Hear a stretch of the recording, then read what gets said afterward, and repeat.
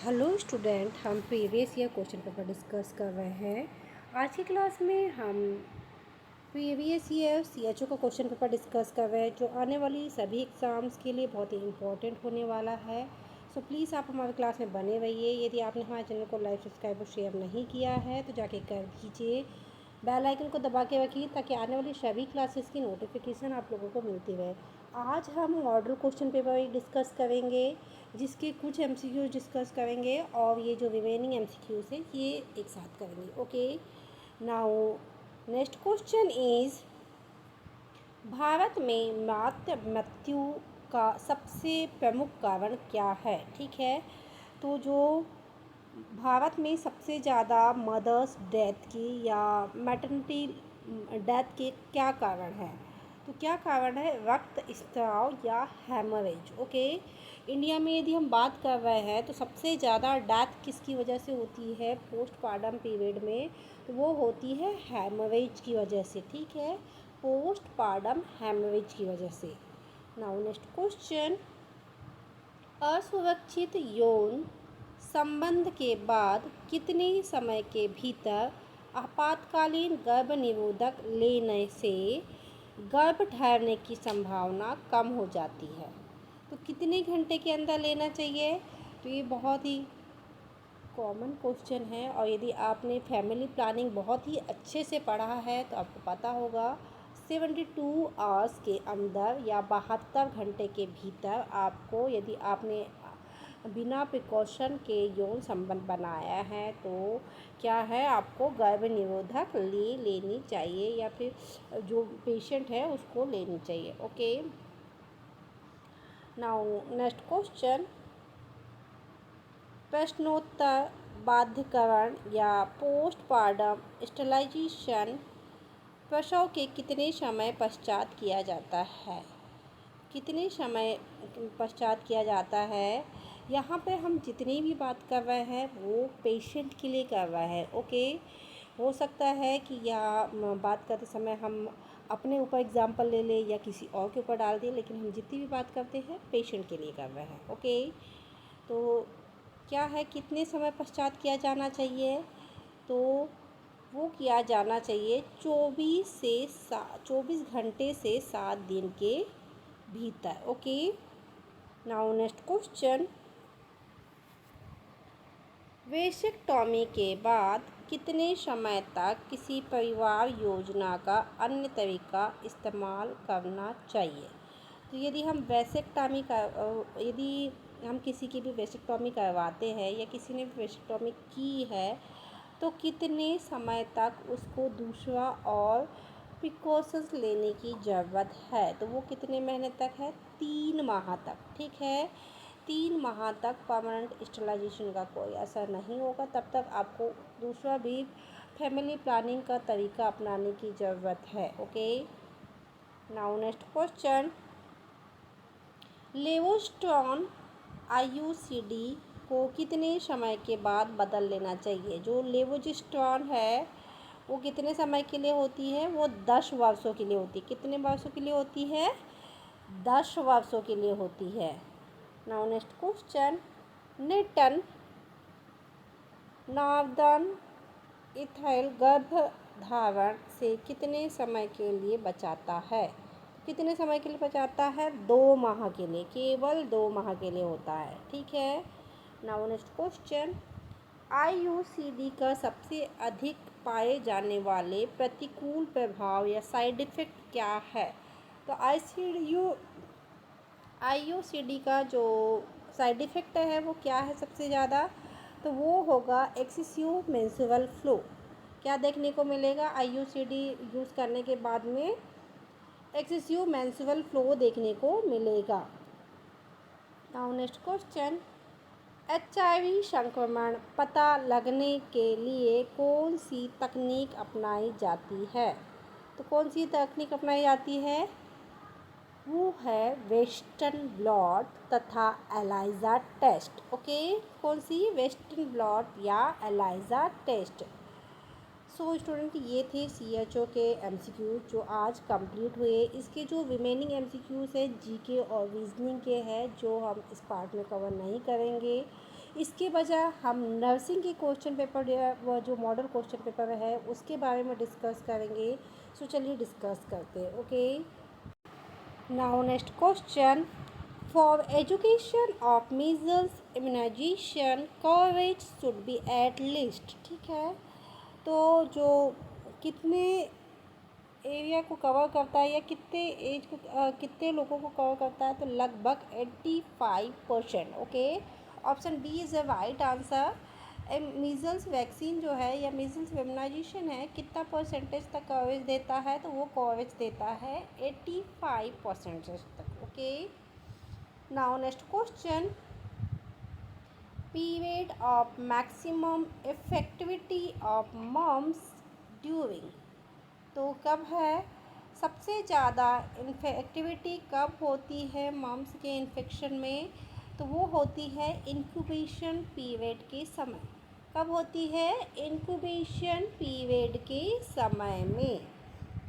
Now next question, major epidemic of influenza A occur at intervals of, तो कब होगा?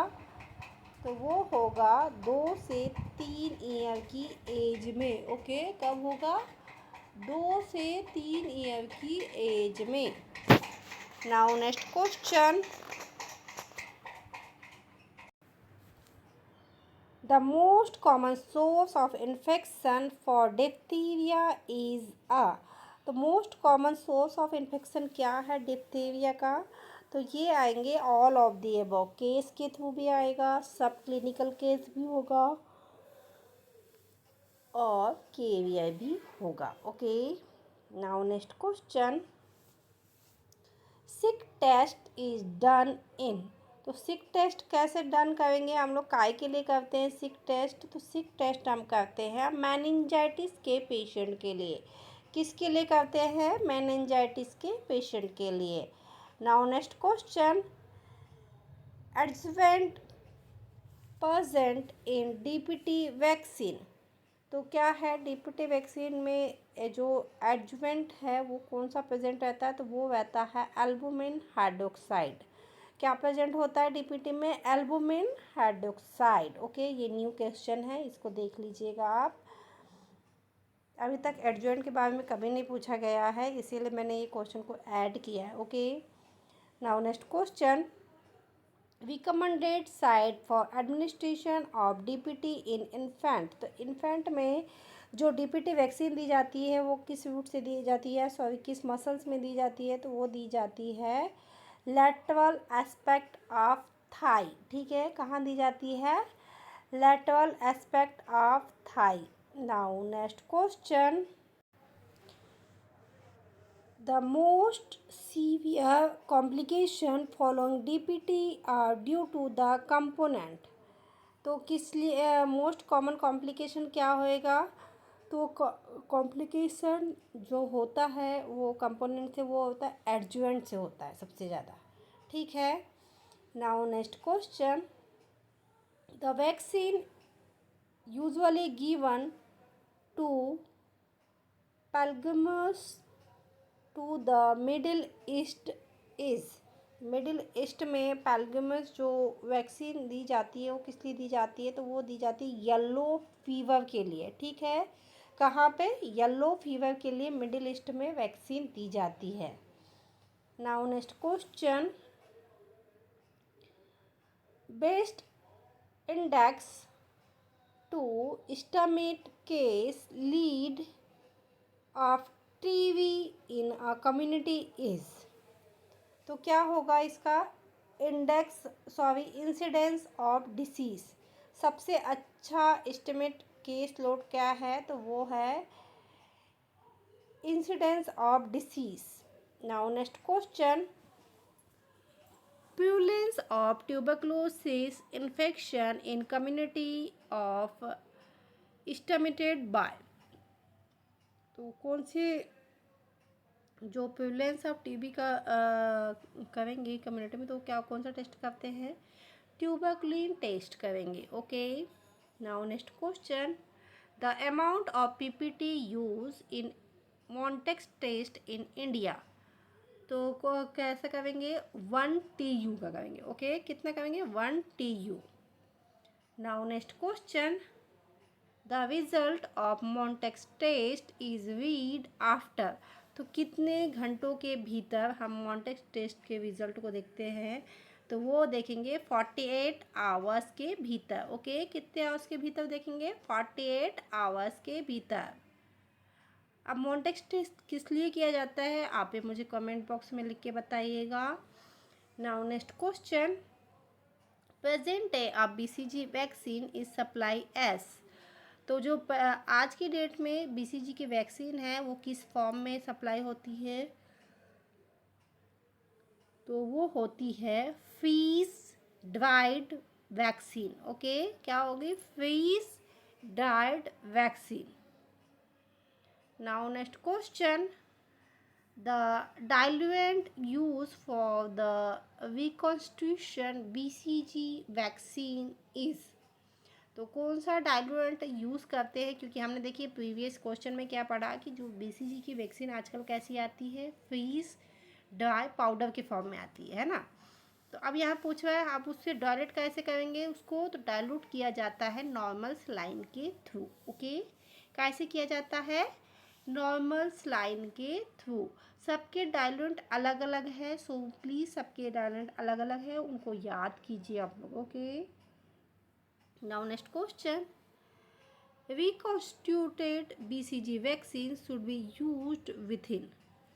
तो कैसे ये करेंगे, तो वो होगा कितने आवर्स में होगा, कितने आवर्स तक उसको यूज़ करना होगा रिकॉन्स्टिट्यूट वैक्सीन को, तो वो होगा 6 आवर्स तक। ओके, कब तक होगा, 6 आवर्स तक।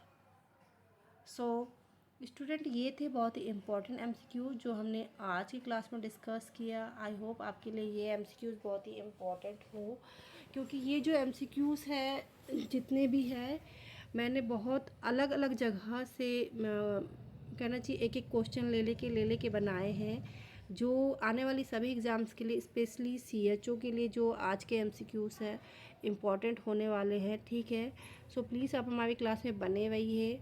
अभी जो और आने वाली क्लासेस हैं उनमें हम एम्स के जितने प्रीवियस ईयर के क्वेश्चन पेपर है उनको डिस्कस करेंगे। सो प्लीज़ क्लास में बने रहिए। यदि आपने हमारे चैनल को लाइक, सब्सक्राइब और शेयर नहीं किया तो जाके कर दीजिए। बेल आइकन को दबा के रखिए ताकि आने वाली सभी क्लासेस की नोटिफिकेशन आप लोगों को मिलती रहे। Thank you for watching.